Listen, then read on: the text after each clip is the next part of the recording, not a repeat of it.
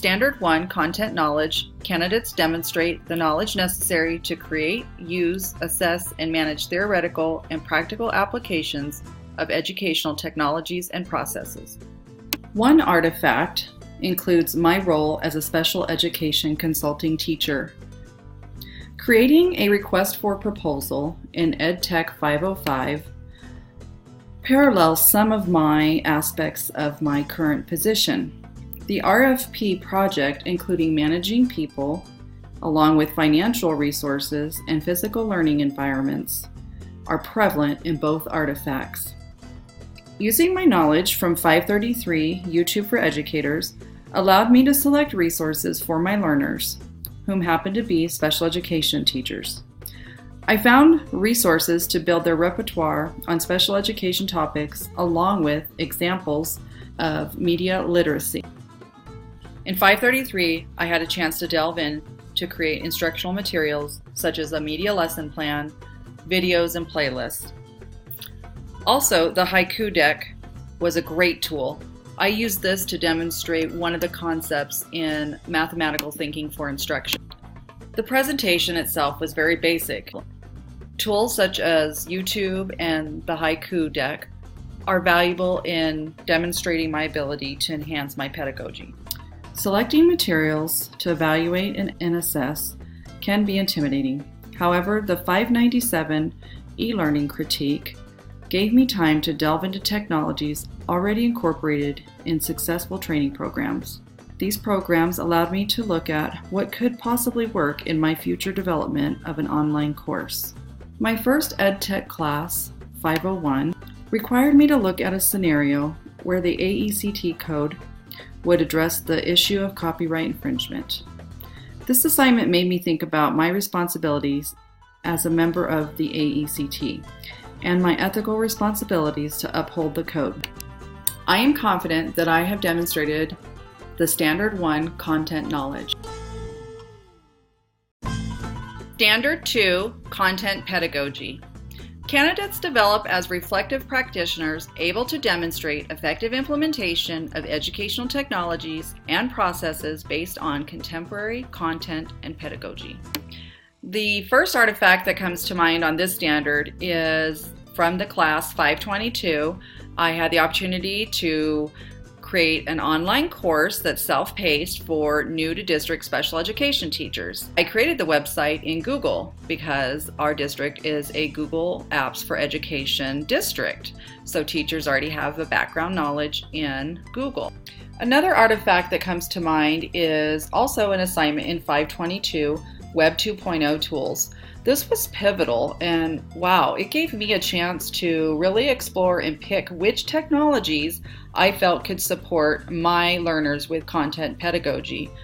In 513, I had the opportunity to do an analysis on one of the multimedia principles, and I picked the coherence principle, which was really a great opportunity because I got to look at other people's presentations and see where that principle had been violated.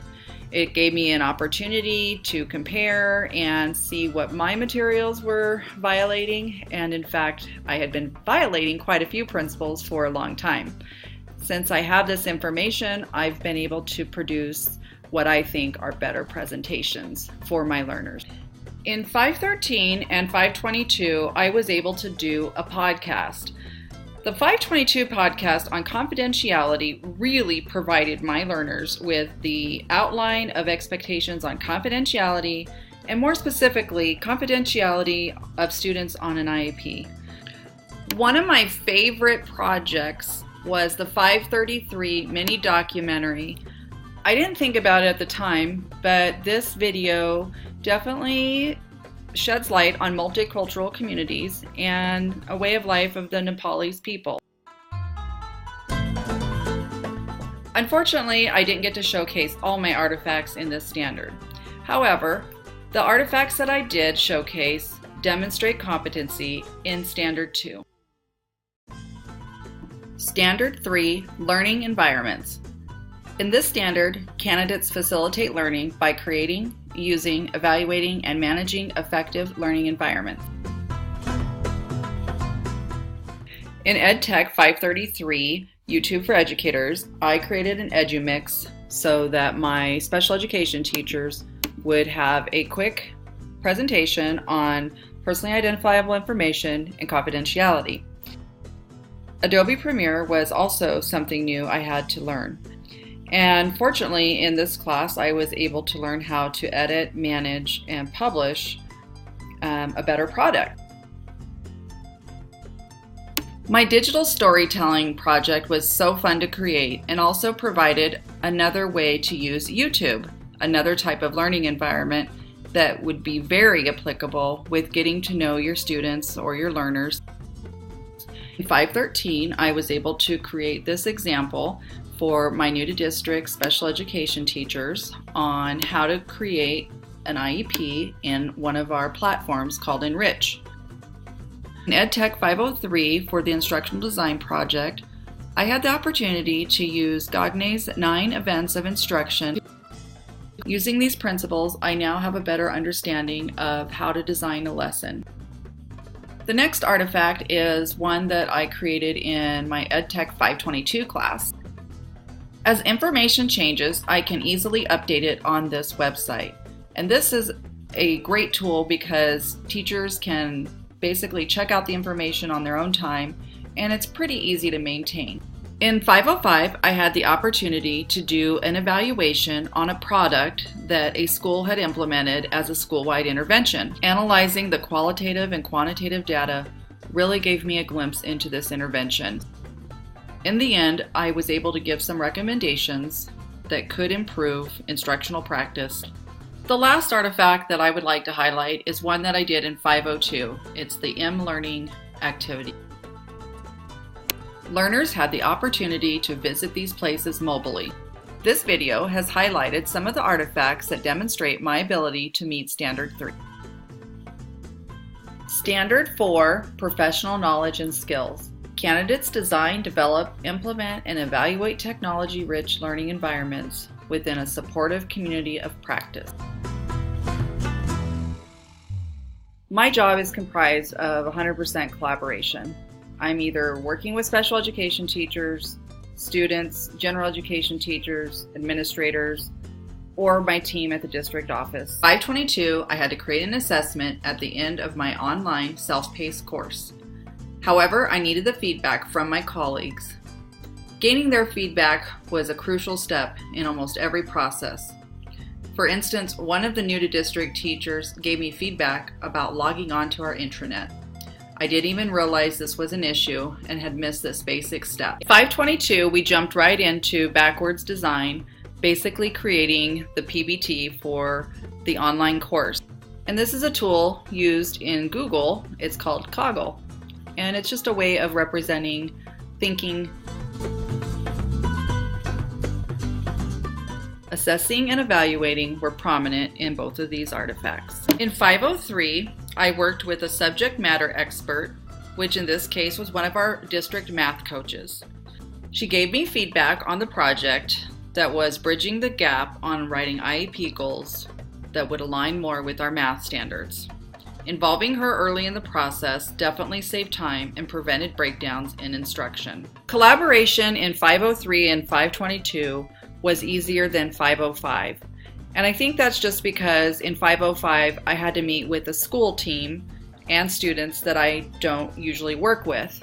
And so this was definitely the most formal type of collaboration I've done in the past 20 years. As a special education consulting teacher, I take on leadership roles that usually involve some type of training. What I like about the screencast platform is learners can stop or fast forward through information based on what they need. The technology gives the learner the flexibility to support their learning. The artifacts that I've highlighted in this video have demonstrated my ability to meet Standard 4. Standard 5 encompassed research such as exploring, evaluating, synthesizing, and applying methods of inquiry to enhance learning and improve performance. The artifacts that I have chosen for this video demonstrate my ability in this standard. First, my paper on Adult Learning Theory. Delving into the research associated with the theory laid the foundation for my future online course in 522 and 597. My role as a special education consulting teacher is also another artifact. I work with over 50 teachers, and I now have better strategies when providing support and training. The second artifact would be the coherence principle analysis that was done in 513. I have become more aware of how I design my presentations, and I try to keep in mind more isn't necessarily better. It can be tempting to add pictures, sounds, or video clips to make it cutesy, but almost all research points out this is not best for learners. Two artifacts that definitely stand out in Standard 5 are the storyboard created in 533 and the media asset plan, also created in 533. Really, doing research on anything requires you to keep track of all your sources and give credit to where credit's due. I got a chance to figure out how to cite images, music, narration, and other media. Now that I have this knowledge in my professional practice, I will use it when publishing material that I didn't create. Lastly, the most in-depth project I did was during my EdTech 505 evaluation of Thinking Map. The major steps in this evaluation included meeting with all the stakeholders, sending emails of surveys, and more surveys.